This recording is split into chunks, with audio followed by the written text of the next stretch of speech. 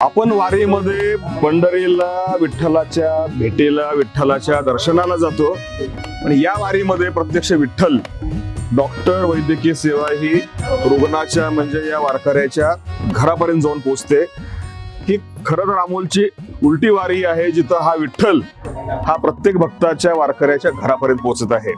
त्यामुळे हे आरोग्याचं भान, हे आरोग्याचं दान आणि ही आरोग्याची जी सुविधा आहे ती प्रत्येक गावामध्ये प्रत्येक उंबऱ्यापर्यंत नेऊन पोचावी, ही जी अमोलची भावना आहे ती सर्वे सुखीना संतु किंवा ज्ञानेश्वरांनी जे पसायदानामध्ये मांडलेलं आहे सर्व चराचर सुखी व्हावं, या भावनेशी नातं सांगणारी आहे।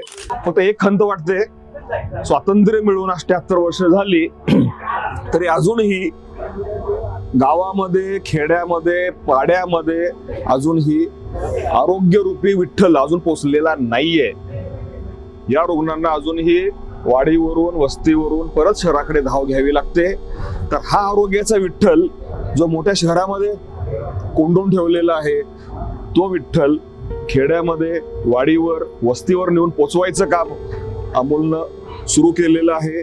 या त्याच्या कार्याला माझ्या शुभेच्छा आहेत।